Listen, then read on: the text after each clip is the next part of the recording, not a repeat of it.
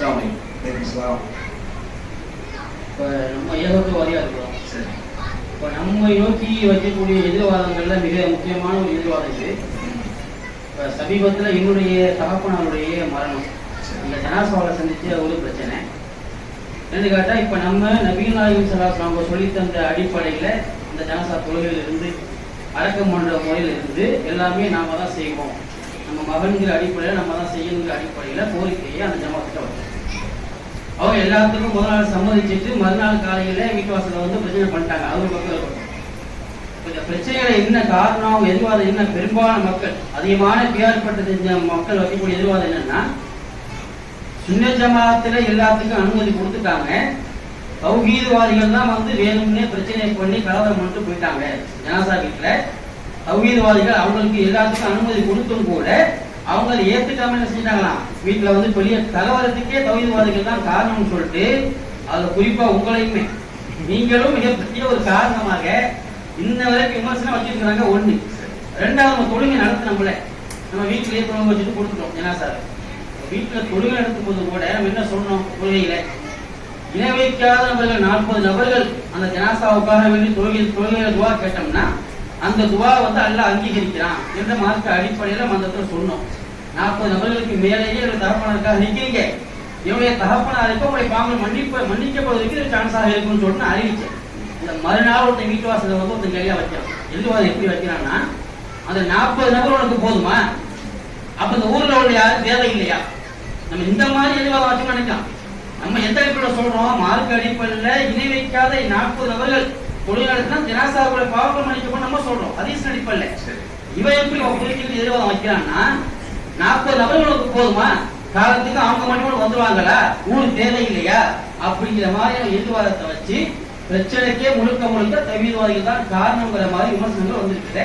இந்த ஜனாசா சம்பந்தமான ஒரு விளக்கத்தை கொடுத்து ஏகத்துவாதிகள் சந்திக்கக்கூடிய எதிர்வாதங்கள் அதோடைய விஷயங்கள்ல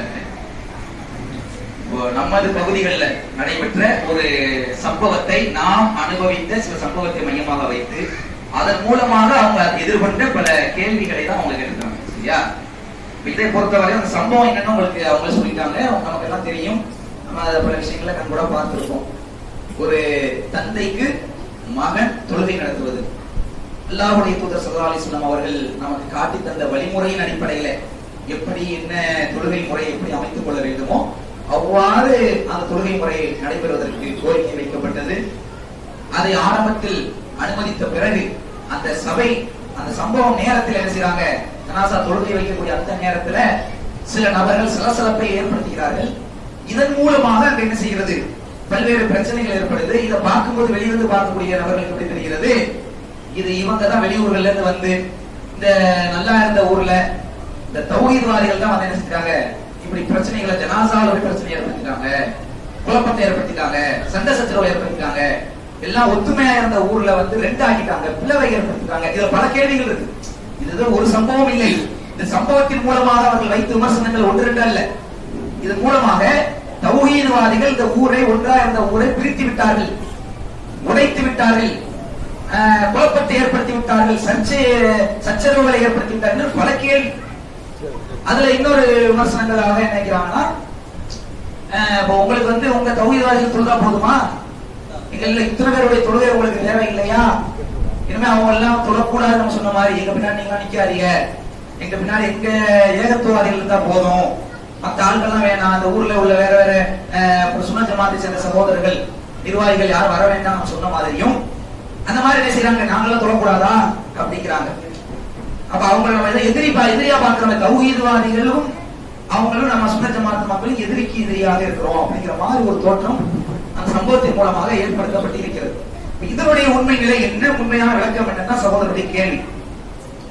அன்பிற்குரியவர்களே, முதலில் அடிப்படையை நம்ம விளக்குகிறோம். அந்த ஜனாசா விஷயத்துல, அந்த ஜனாசால எந்த ஜனாசாவாக இருந்தாலும் நாம வைக்கக்கூடிய கோரிக்கை என்ன, அல்லாஹ்வுடைய தூதர் ஸல்லல்லாஹு அலைஹி வஸல்லம் அவர்கள் எதை முன்னிலைப்படுத்த சொன்னார்களோ, எவர்கள் கேட்கக்கூடிய துஆவுக்கு அதிகமான வேல்யூ இருக்கிறதோ அவர்கள் தான் இமாமத் செய்வதற்கு தகுதி இருக்கிறது.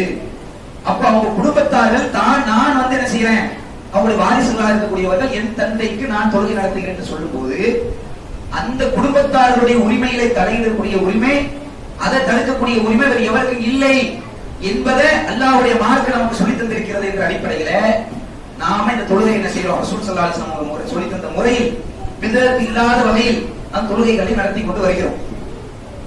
இப்படி பல ஊர்களில் தொழுகை அமைதியாக ஆரம்பத்துல சர்ச்சைகளாக வெடிக்கிறது. அந்த சர்ச்சைக்கு பின்னணி நாம கிடையாது. நாம குர்ஆன் ஹதீஸை காட்டி நம்ம செய்யறோம், அப்படி தொழுகிறோம். ஆனா தொழுகும் போது எப்போ சர்ச்சை வருது? தடுக்கிறதுனால வருது. இப்படி தொழக்கூடாது, இந்த மாதிரி பண்ணக்கூடாது, நாங்க சொன்னதுதான் சட்டம், குர்ஆன்ல இருக்குதுப்பா அதான் சட்டம், அமல்கள் விஷயத்துல குர்ஆன் ஹதீஸாப்பா சட்டம் சொன்னா அதெல்லாம் எங்களுக்கு தெரியாது. நாங்க என்ன எங்க ஊர் ஜமாத் நிர்வாகம் என்ன சொல்ற அதான் சட்டம் அப்படின்ட்டு பல ஊர்களில் பிரச்சனைகளை கிளப்புறதுனாலதான் அந்த சண்டை மாதிரி வருது. ஆனா சண்டைக்கு இந்த பிரமுக சொன்னாங்களே இந்த ஜனாசா, அது அதுவும் கிடையாது. ஏன்? ஜமாத்தை ஒத்துக்கிடுச்சு. ஜமாத்துடைய நிர்வாகமே ஒப்புதல் தெரிவித்தார்கள், தாராளமா தொழிலை நடத்தி கொள்ளுங்கள். ஆனா அங்க வந்த சில நபர்கள் அவங்க ஜமாத் நிர்வாகத்தை கட்டுப்படல. அவங்க எல்லாம் என்ன செய்யறாங்க? அது எப்படி ஊர்ல அவங்க எப்படி இது பண்ணலாம், அப்படி பண்ணலாம், வெளியூர்காரங்க யாரு நின்று தொழுகிறது? மார்க்கத் விஷயத்துல அமல்கள் விஷயத்துல இன்னும் உள்ளூர் வெளியூர் முதல்ல இந்த வார்த்தை சொல்லலாமா? ரசூல் ஸல்லல்லாஹு அலைஹி வஸல்லம் அவங்க தாயிஃப் நகரத்துக்கு ஏகத்துவத்தை சொல்லும் போது அவர்களை விரட்டி அடித்தார்களே. மக்காவுல இருந்து ரசூலுல்லாஹ் போய் தாயிஃபுக்கு போய் தாவா செய்ய போனா வெளியூர்காரங்க மாதிரி பார்த்து ஏகத்துவத்தை ஏத்துக்கிறாம வெளியூரில் உள்ளவர்கள் அடித்து விரட்டினாங்களே, அடித்துட்டு வரல, கடுமையான துன்பம் அவர்களுக்கு கொடுக்கப்பட்டது ஹதீஸ்ல இருக்குது. அந்த மாதிரி கடுமையான துன்பத்துக்கு உள்ளாக்கப்பட்டார்களே, அவர்களுக்கு நமக்கு என்ன வித்தியாசம்? அமல்கள் விஷயத்தில் சத்தியத்தை இன்னும் சொல்ல போனா அல்லாஹ்வுடைய தூதர் மட்டுமல்ல, பல சஹாபாக்கள் திண்ணை தோழர்கள்ங்கிறமே அபூ ஹுரைரா ரலியல்லாஹு அன்ஹு அவர்கள் அதிகமான ஹதீஸ்களை அறிவித்த சஹாபி.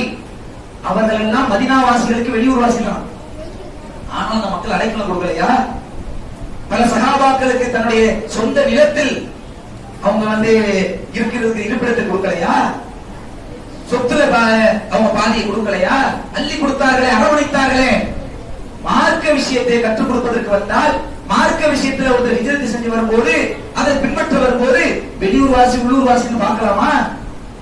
அவங்க நம்ம வந்தவர்கள் யாரு? எதுக்கு வந்தாங்க? அந்த ஜனாசாவுக்காக துஆ செய்ய வந்தாங்க, தொழுக போட வந்தாங்க. எதை தடுக்க வேண்டுமோ அதை தடுப்பதில்லை. அதுக்கு போஸ்டர் அடிச்சு ஒட்டுறீங்க, வாங்க. தொழுகிறதுக்கு துஆ செய்யறதுக்கு ஒருத்தன் வரலாம், நீ ஏன்டா வெளியூர்காரன்? வெளியூர்காரன் நீங்க இங்க என்ன வேலை அப்படின்னா என்னது? அது அந்த வெளியூர்காரங்கிற வாதத்துல பல விஷயங்கள் இருக்கு, அவங்கள்ட்ட பல முரண்பாடு இருக்கு. வெளியூர்காரன் நீங்க வெளியூர்ல போய் எந்த வியாபாரம் செய்யக்கூடாது. வெளியூர்ல போய் இது நம்ம கேட்கல, பல மக்கள் கேட்டார்கள். வெளியூர்ல போய் எந்த ஒரு கடையில போய் நீங்க போய் சம்பளத்துக்கு நிக்க முடியாது. வெளியூர்ல போய் நீங்க பெண் எடுக்க முடியாது. அப்போலாம் வெளியூர் இனிக்குது. தொழுகிறதுக்கு துஆ செய்ய வந்தா வெளியூர்காரனா இது முதல்ல இது நம்ம என்ன பிரச்சனை பண்ண போனோம்? தொழுதுட்டு குடுத்துறோம் ஜனாசாவை. அந்த அளவுக்கு வந்தோம். நம்ம எந்த அளவுக்கு வந்தோம்னா, நாம நினைத்திருந்தால் கடைசி வரை போராடி கோர்ட்டுடைய அனுமதி இருக்கிறது, ஹைகோர்ட் அனுமதி, ஜனாசாவை அடக்கிறத யாரும் தடுக்க கூடாது. அவர்கள் முறைப்படி தொழுது அடக்க செய்ய போறோம்னா, யாரு ஜனாசா இழுத்து பூட்டி இருந்தாங்கன்னா ஒட்டுமொத்த அந்த ஜமாத்தினுடைய நிர்வாகிகள் பதவியை இழப்பது மட்டுமல்ல, வெளியில வர முடியாத அளவுக்கு அவர்கள் மீது வழக்கு பாய்ந்திருக்கும். அவங்க செஞ்சிருந்தா நம்ம அதுக்கு முயற்சி எடுத்திருக்கலாம். வேண்டாம், நமக்குள்ள இருக்க பிரச்சனை, நாங்க எங்க நோக்கம் தொழுகிறதுதான். தொழுதுட்டு நான் ஜனாசா கொடுத்துருவோம், நீங்க தாராளமா அடக்க பண்ணிக்கணும்னு சொன்னா அது அலோட் பண்ணலைங்க. அதுக்கு எத்தனை கூக்குரல், எத்தனை சர்ச்சை, சுமூகமா தொழுக முடிச்சாங்க. அந்த சம்பவத்தில் வந்தவர்கள் நேரில் பார்த்தவர்களுக்கு தெரியும். வெளியில் நின்று நாங்கள் வீட்டு வாசல்ல 50 பேர் ஒரு இடத்துல இருக்குது, அந்த காம்பவுண்ட் நின்று தொழ முடியுமா? அப்ப உங்க வீட்டு வாசல் நின்று தொழுதா எல்லாரும் தொழுவாங்க. வெளியில பாதி பேர் நின்றீங்களே, அவங்களும் தொழ வேண்டும் என்பதற்கு தான் வாசல் வைக்கிறோம். எதுக்கு? நீங்க எல்லாம் தொழ வரக்கூடாதா? அந்த மக்களும் எங்களோடு சேர்ந்து நின்று தொழ வேண்டும் என்பதற்காக. வெளியில வீட்டு வாசலுக்கு தான் வரக்கூடாது. நீ தொழுவது காம்பவுண்டுக்குள்ளே வச்சுக்கிறது, சின்ன காம்பவுண்டுக்குள்ள. அங்க எத்தனை பேருக்கு நிக்கீங்க? அந்த நெருக்கடியில அந்த 50 பேர் எவ்வளவு நெருக்கடியில் நின்றாங்க. எங்க துவாவெல்லாம் உங்களுக்கு வேணாம நாங்க வேணாம் சொன்னோம். வெளியில வைத்திருந்தா நீங்கள் தான் தொழுதிருப்பீங்க, உங்களுக்கு தான் இடம் இருந்திருக்கும். நீங்க தான் நின்றீர்கள், தடுத்தீர்கள். வீட்டு வாசல்ல இடவசதியோடு நின்று தொழுவதற்கு தடை விதித்தது யார்? சரி, இன்னும் சொல்ல போனா இப்ப நம்ம பிரச்சனை பண்ற தௌஹீத் ஜமாத் வந்து கிருஷ்ணாஜிப்பட்டினம் பிஆர் பட்டணத்துல மட்டும் இல்லைங்க, ஏராளமான ஊர்கள் இருக்குது. தமிழகத்துல ஆயிரக்கணக்கான இஸ்லாமிய ஊர்கள்ல இந்த ஜமாத்துடைய கிளை இருக்குது. சில கிளைகளில் ஜனாசாவை பத்தி இது மாதிரி சட்டத்திட்டங்கள் தெரியாம ஹதீஸை படிக்காம சில நபர்கள் சில பேர் சில பிரச்சனைகளை ஏற்படுத்திடுறாங்க. ஆனால் பிறகு உணர்ந்து குர்ஆன் ஹதீஸை படித்த பிறகு ஆமா இவங்க மார்க்கத்தில் உள்ளதுன்னு சொல்றாங்க, தப்பா ஒண்ணு சொல்லலையே என்று விளங்கிய பிறகு அவர்களே முன் வந்து தாராளமாக நீங்க நபி வழிபடி தொழுங்க, உங்க பின்னாடி நாங்க நின்று வந்து நிக்கிறோம் என்று சுமூகமாக இன்றைக்கு ஆயிரக்கணக்கான ஊர்களில் நபி வழிய ஜனாசா தொழுகை நடைபெற்றுக் கொண்டிருக்கிறது. அதுக்கு உதாரணம் வேற எங்கேயும் போக வேணாம், நம்ம ஈசிஆர் ரோட்லயே நமக்கு பக்கத்துல அம்மாபட்டினம் நாங்க இருக்கிற ஊரு, அந்த அம்மாபட்டினத்துல கடந்த ஒரு வாரத்துக்கு முன்னாடி ரொம்ப அந்த தீபாவளி அன்று தீபாவளி கொண்டாடுறாங்க சமுதாய மக்கள், அந்த அன்னைக்குன்னு ஒரு மவுத், ஒரு ஏகத்துவ சகோதரருடைய தாயார் இறந்து விட்டார். அவருடைய ஜனாசாவை நபி வழி அடிப்படையில் தொழுவேன் என்று அவர் முடிவெடுத்து சுன்னத்துவ ஜமாத்தினுடைய நிர்வாகத்துல போய் முறையிடுகிறார். அந்த நிர்வாகம் சொன்னது, உங்களுக்கு என்னப்பா வேணும், சந்தூக்கு வேணுமா தர்றோம், கப்பல் கழிக்கிறதுக்கு ஆள் வேணுமா தர்றோம், நீங்க தாராளமா உங்க தௌஹீத் பள்ளியில தொழ வைத்து எங்க மையவாடி அடக்கம் செய்து கொள்ளுங்கள், நீங்க போய் வேணா விசாரிச்சுக்கங்க. கிருஷ்ணாஜிப்பட்டின நிர்வாகிகள், பிஆர் பட்டின ஜமாத் நிர்வாகிகள் அம்மாபட்டினத்தில் ஒரு சம்பவம் நடந்ததா இல்லையா என்பதை நான் ரொம்ப ஒரு வருஷத்துக்கு முன்னாடி நடந்த சம்பவத்தை சொல்லல, ஒரு சில வாரங்களுக்கு முன்னாடி கடந்த மாதம் தீபாவளி அன்று நடந்த சம்பவம். ஜமாத் நிர்வாகிகள் வந்தார்கள், சுன்னத்துவ ஜமாத்தை சேர்ந்த மக்கள் வந்தார்கள், ஜனாசாவை தூக்கி கொண்டு தௌஹீத் பள்ளியில் வைத்து தொழுகை நடத்தி சுன்னத்து ஜமாத் மையவாடியில் அடக்கம் செய்யப்பட்டது. அடுத்து ஒரு நாள் கழித்து, இடையில ஒரு நாள், அதுக்கு அடுத்து திங்கட்கிழமை தீபாவளி என்ற ஒரு மௌத்துனா புதன்கிழமை ஒரு மௌத்து, அதே தௌஹீத் பள்ளியில அடுத்த ஜனாசா. என்னது, இதனால என்ன பிரச்சனை வந்துச்சு, அடிச்சுக்கிட்டாங்களா, நாரிக்கிட்டாங்களா, எந்த சண்டை சச்சரவும் இல்ல, சுமூகமா ஜனாசாவை கொண்டு வந்தாங்க, மகனார் தொழுகை வைத்தார், அப்புறம் ஜனாசா தூக்கிட்டு போய் அதான் அடக்கம் பண்ணி அந்த ஒரு மரண சிந்தனை சம்பந்தமா ஒரு நினைவூட்டல் இறைச்சபைக்கு ஒரு உரை, எல்லாரும் அதுக்கு பிறகு இன்று கபரு அந்த விசாரணைக்காக அவங்க விசாரணை ஆரம்பிப்பதற்கு முன்னாடி ரசூலுல்லாஹ் என்ன செஞ்சாங்க, அடக்கம் செய்யப்பட்ட பிறகு அந்த மக்களுக்காக துஆ செய்யுங்க, இறந்தவங்களுக்காக அவங்க சரியான ஒரு பதில் சொல்வதற்கு துஆ செய்யுங்க என்று சொன்னார்கள். அந்த ஏகத்துவ சகோதரர்கள் எல்லாம் இன்று உருகி அல்லாஹ்விடத்தில் துஆ செய்துவிட்டு கலைந்தார்கள். இதுக்காக தான் போராடுறோம், இந்த துஆவிற்காக தான் போராடணும். இதுல என்ன பிரச்சனை, இதுல என்ன குழப்பம், யார் குழப்பம் பண்ணது, அந்த குழப்பம் பண்ணது யார் என்பது அன்றைக்கே வந்த வீடியோ காட்சியில பார்த்திருக்கலாம். யார் தகாத வார்த்தைகள் பேசியது, தரக்குறைவான வார்த்தைகள் பேசியது, மார்க்கம் தடுத்த சொற்களை அங்கே உபயோகித்தது, வெளியூர்காரன் உள்ளூர்காரன் என்று பேசியதெல்லாம் வீடியோ ஆதாரங்களோடு எல்லா ஊர் மக்களும் பார்த்தார்களே. பார்த்து ஒரு கண்ணியம் இழந்த ஒரு நிலையில தள்ளப்பட்டது காரணம் யார், யோசிக்க வேண்டாம். இதுல சகோதரர் சொல்லும் போது உங்க மேலே நம்ம காணல இருக்கிறாங்க, நீங்க தான் காரணம். இதுல கூட நம்ம சில விஷயங்கள் சொல்ல வேண்டி இருக்குது. என்னன்னு கேட்டா, நம்ம பிரச்சனை பண்ணணும். இன்னும் சொல்ல போனா அந்த ஜனாசா மௌத்துங்கிற விஷயமே நமக்கு சுபஹ் தொழுகை பிறகுதான் தெரியும். முதல் நாள் மத்தியமா இறந்துருக்காங்க, யாருக்கு பெரிய லெவலில் பிளேஸ் பண்ணவே இல்லை. இந்த மாதிரிலாம் எதிர்ப்பு முதல் நாளே பண்றதா தெரிஞ்சிருந்தா மாவட்ட லெவலில் தௌஹீத் சகோதரர்களை கொண்டு வந்து இறக்கிருப்போம். ஊர்ல நீங்க 100 பேர்னா தௌஹீத்வாதிகள் 1000 பேர் இருப்பாங்க. நாங்களே கொண்டு போய் ஜனாசா மையவாடி வரைக்கும் நம்ம போயிருப்போம். ஆனா நாங்க உங்களை நம்பணும். ஏன், நமக்குள்ள எந்த பிரச்சனையும் இல்லை, ஜமாத் உடன்பட்டுருச்சு, நம்ம ஊர் மக்கள் இருந்தா போதும், பக்கத்துல உள்ள சகோதரர்கள் கேள்விப்பட்டு வந்தா போதும். இவங்க சோசியல் மீடியாவில் கூட எடுத்து சொல்லல, பேஸ்புக்ல வரல, பெரிய நான் பார்க்கல, குரூப்ல வந்திருக்காங்க, அந்த வாட்ஸ்அப் குரூப்ல வரல. தொழுகைக்கு பஜருக்கு வந்திருக்கும் போது கேள்விப்பட்டு சகோதரர் சொன்னாங்க, நம்ம சகோதரருடைய தகப்பனார் இறந்துட்டாருன்னு ஒரு துடிப்புல வந்தமை தவிர பிரச்சனை பண்ண வந்தா அப்படின்னு திட்டமிட்டு வந்த மாதிரி. அப்படி ஒரு சூழல் இருந்திருந்தா, நீயா நான் போட்டு பாக்குற மாதிரி இருந்திருந்தா அன்றைக்கு அது முடிவு. அந்த மாதிரி ஒரு ஜமாத் கிடையாது.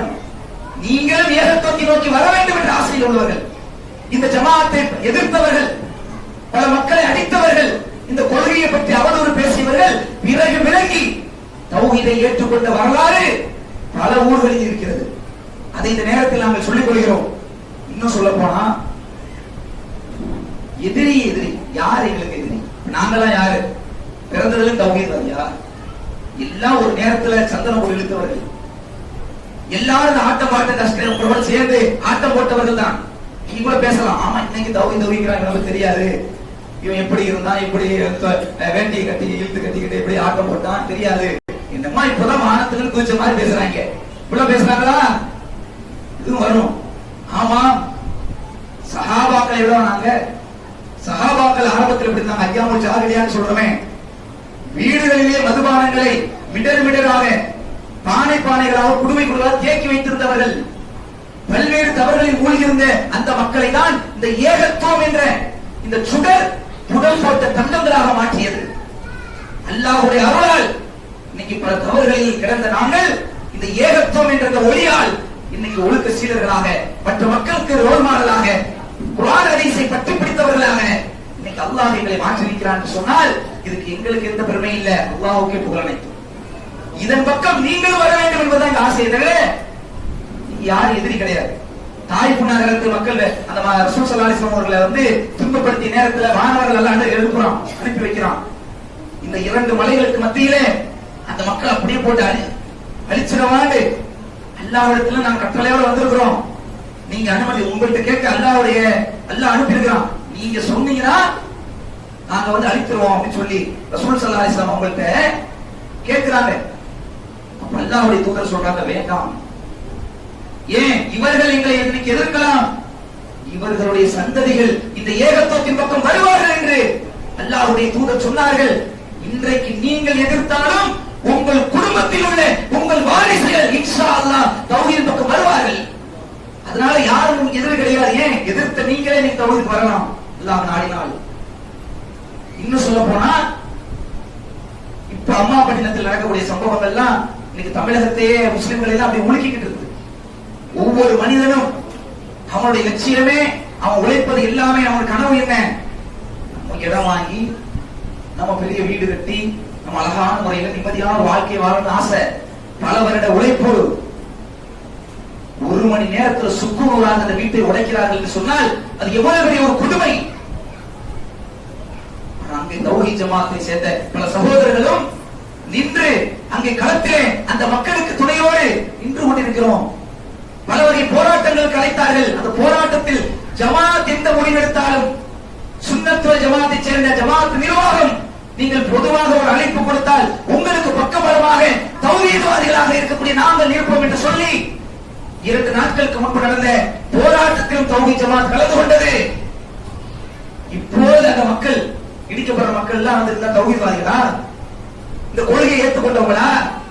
இன்னைக்கு அவங்களுக்கு பக்கபலமாகவும் அவங்களுடைய பிரச்சனைகள் தீர்வதற்கு என்னன்னு சொல்லி அதுக்கான பல முஸ்லிம்கள் முயற்சிகள் எடுக்கக்கூடியவர்களாக ஜமாத் நேற்று இரவு ஊர் ஜமாத் நிர்வாகம் சுன்னத்துல் ஜமாத்தை சேர்ந்த பள்ளிவாசல், தெற்கு திரு பள்ளிவாசல் அம்மாபட்டினத்துல நேற்று இரவு இஷா தொழுகைக்கு பிறகு ஊர் ஜமாத்து அழைப்பு கொடுக்குது பொதுமக்களுக்கு.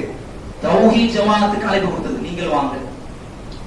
நிர்வாகிகளை தொடர்பு கொண்டு அழைத்தார்கள். போனோம். அந்த பள்ளி நாங்க வேற நீங்க வேற, நீங்க எதிரி என்ன தொலைஞ்சு போங்க, உங்க பள்ளிவாசல் இடிக்கப்பட்டா எங்களுக்கு என்ன, உங்க வீடுகள் இடிக்கப்பட்டா அப்படி போனோமா? போய் நின்று எங்களால் என்ற ஆலோசனைகளை வழங்கினோம். எங்களுக்கு யாரும் எதிரிகள் அல்ல. மார்க்கம் என்று வந்துவிட்டால் அதுல ஊரோட ஒத்து போறது, உலகத்தோட ஒத்து போறது கிடையாது. மார்க்கம் என்ற விஷயத்தில் அல்லாஹ் ரசூலுக்கு மட்டும்தான் கட்டுப்பட வேண்டும். அதை தான் தௌஹீத் ஜமாத் சொல்லுது. இதுல நீங்க எதிரியாக பார்க்க கூடாது, இதை உணர வேண்டும். அப்ப ஜனாசா விஷயத்துல நடந்தது என்னன்னு கேட்டா, நாம யாரையும் சில பிரச்சனை பண்ணது வரல. அல்லாஹ்வுடைய தூதர் காட்டிய வழியில் தொழும் வரும்போது சில நபர் என்ன செஞ்சாங்க, பிரச்சனை பண்ணதுனால அது குழப்பம் போன்று ஏற்பட்டு விட்டது, சண்டை போன்று ஏற்பட்டு விட்டது. ஆனா அது உண்மை நிலை அது இல்ல. நீங்கள் அனுமதிக்கும் பொழுது எல்லாரும் அமைதியாக ஆக்கும் போது சுமூகமா முடிச்சிருக்கும். இதே புதுக்கோட்டை மாவட்டத்துல எனது உறவினர் ஒரு 3 வாரங்களுக்கு போன மாசம் தான், அக்டோபர் மாசம், கடந்த மாதம் மீமிசலுக்கு அருகாமையில தாளனூர் ஊர் கேள்விப்பட்டிருக்கீங்களா? தாளனூர், அது 4 முஸ்லிம் குடும்பம் தான் இருக்குது. ஒட்டுமொத்த ஊர்லயே பிற சமூக மக்கள் அதிகமா இருக்கிறாங்க. முஸ்லிம் குடும்பங்கள் 4. குடும்பம். அங்கே ஒரு பள்ளிவாசல், அந்த ஒரு பள்ளிவாசலை நிர்வகிப்பது, அங்க இமாமத்து பண்ணுவது சுன்னத்து ஜமாத்தை சேர்ந்த இமாம் தான். அங்க உள்ள முறை அந்த தௌஹீத் ஜமாத் கிளையே கிடையாது. அந்த ஊரை பல்வேறு புதுசா இருக்கலாம், சில பேர் கேள்விப்பட்டிருக்கலாம். அந்த ஊரிலே நமது உறவை சேர்ந்த ஒருத்தர் ஒரு மரணம், அந்த ஜனாசாவுக்கு போற அங்கே அவருடைய குடும்பத்தினர் நாங்கள் தான் தொழுகை நடத்துவோம். இதுல ஜமாத்துல தலையிடவே இல்லை. நான் சொல்லிதான் பல ஜமாத் நிர்வாகிகளுக்கே தெரியும். எந்த ஜமாத் நம்ம தௌஹீத் ஜமாத் நிர்வாகத்துக்கு தகவலை கொடுக்கல, குடும்பத்தினர் சொல்கிறார்கள். நாங்க ஹதீஸ்களை பார்க்கும்போது குடும்பத்தினர் தொழுகை வைப்பதுதான் சிறந்தது, நாங்க தான் தொழுகை வைப்போம். அது மட்டும் இல்லாம வெளியூர்ல இருந்து பெண்கள் எல்லாம் வந்திருக்கிறாங்க ஜனாசாவுக்கு, அவங்க எல்லாம் சொல்றாங்க நாங்களும் ஜனாசா தொழுகையில கலந்துக்கிறோம், அவங்களுக்கு தான் நாங்கள் துவா செய்யிருக்கிறாங்க. ஏன் ஹதீஸ்களை பார்க்கும்போது ஜனாசா தொழுகையில் பெண்களும் தொழுதிருக்கிறார்கள் என்று ஹதீஸ் இருக்கிறது.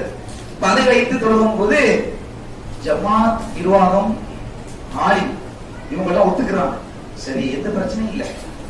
வெளியூர்ல ஜனாசா பார்க்க வந்தாங்கல்ல, அதுல ஒருத்தருக்கு சில தூண்டி விடுறது, என்ன இது புதுசா உருவாக்குறீங்க, இப்படித்தான் எல்லா சில ஊர்கள்ல சில பிரச்சனை வருதுல, யார் தூண்டி விடுறது நடக்குதா, போ சர்ச்சை எங்க நடக்குதா, ஜனாசாவை தூக்குற நேரத்துல அங்க என்ன நடக்குது, கிளப்பி விடுறாங்க. என்ன புது விஷயமா ஒரு புதுசா உருவாக்குறீங்க, புதுசா அதுல பெண்கள் ஜனாசா தொழுகையில வருது, அது என்ன அதெல்லாம் ஒத்துக்க மாட்டான் அப்படின்னு பார்த்தா அதுல பதில் சொல்றங்கிற பேர்ல வரும்போது நான் சலசலப்பு வருமா இல்லையா? அப்ப சில பெண்கள் புதுசா வந்த பெண்களுக்கு என்ன தோணும், என்னடா நஜாத்துன்னு ஒண்ணு வந்துகிட்டு இப்படி எல்லாம் போட்டு பிரச்சனை பண்ணி, பிரச்சனையே இல்ல, ஆலிம்சா ஒத்துக்கிட்டாரு, ஜமாத்து ஒத்துக்கிருச்சு, வந்தது எங்க இருந்தோ கோபாலபுரத்துல வந்து ஒருத்தர் கத்துனதுமே அங்க ஏதோ சர்ச்சை மாதிரி கடைசியில் அப்புறம் எல்லாம் இது பண்ணி சும்மா பண்ணி அதே சுன்னத்து ஜமாத் பள்ளிவாசல் தாளனூர்ல இருக்கக்கூடிய பள்ளிவாசல்ல வெளியில இந்த கிரவுண்ட்ல வெளியில ஒரு கிரவுண்ட்ல இந்த குடும்பத்தினர் தான் தொழுகை நடத்தினார்கள். எந்த பிதத்தும் இல்லாம அந்த தொழுகை நடத்தப்பட்டது நபிவழி அடிப்படையில நாம கலந்து கொண்டோம். பிரச்சனை இல்லையே, பிரச்சனை எங்க வருது அதை புரிஞ்சுக்கிறோம். அப்ப இதுக்கு நம்ம அந்த போராட்டம் கேட்டா அல்லாஹ்வுடைய தூதர் ஸல்லல்லாஹு அலைஹி வஸல்லம் அவங்க எதை சொன்னார்களோ அதை நிலைநாட்டணும். 40 பேர் இணை வைக்காத 40 பேர் ஒரு ஜனாசாவுக்காக தொழுகை நடத்தி அதுல கலந்து கொண்டு அது அவங்களுக்காக துவா செய்தார்கள் என்றால் அந்த துவாவை அல்லாஹ் ஏற்காமல் இருக்க மாட்டான் ரசூல் ஸல்லல்லாஹு அலைஹி சொல்லியிருக்காங்க. அததான் அந்த சகோதரர்கள் சொன்னார்கள். 40 பேருக்கு அதிகமான ஏகத்துவாதிகளுடைய துவா கிடைத்திருக்கிறது என்று சொன்னார்கள். இதுதான் தவிர நாமெல்லாம் ஏகத்துவவாதி, நாங்கெல்லாம் தொழுதிருக்கிறோம், நீங்க எல்லாம் முஷ்ரிக்குகள் அப்படிங்கிற அர்த்தத்துல தொழுது விளக்குதா? ஏகத்துவாதிகள் இத்தனை பேருடைய துவா உங்களுக்கு கிடைச்சிருக்கு, அவ்வளவுதான். அதான் அந்த சகோதரர் சொன்னாங்க. அப்ப நீ மட்டும் முஸ்லீம், அப்ப நாங்கெல்லாம் சிறுக்கு வைக்கிறோமா, நீங்க சிறுக்கு வைக்கல அப்படிங்கிறது, அது சிறுக்கு வைக்கிறோமா இல்லையா அது வேற விஷயங்கள், அது தானாவா நம்ம செஞ்சுக்கிறோம். உங்களை அந்த இடத்துல நாங்கள் சிறுக்கு வைக்கிறோம் சொன்னோமா, அந்த இடத்துல நீங்க எல்லாம் முஸ்லீம் இல்லைன்னு சொன்னோமா? அப்ப இதெல்லாம் யார் கிளப்பி விடுறது? சில பேர் வந்தார்கள் வெளியில் இருந்தும், சில பேர் திடீரென்று வந்து என்ன செஞ்சாங்க, பிரச்சனையை ஏற்படுத்தினார்கள். தவிர தௌஹீத்வாதிகள் ஒருபோதும் யாரையும் எந்த சுன்னத்து ஜமாத் மக்களையும் எதிரியாக பார்ப்பது கிடையாது, நாங்கள் எதிரியாக பார்ப்பதும் கிடையாது. அது குறிச்சு அல்லாஹு அக்பர், அல்லாஹு அக்பர்.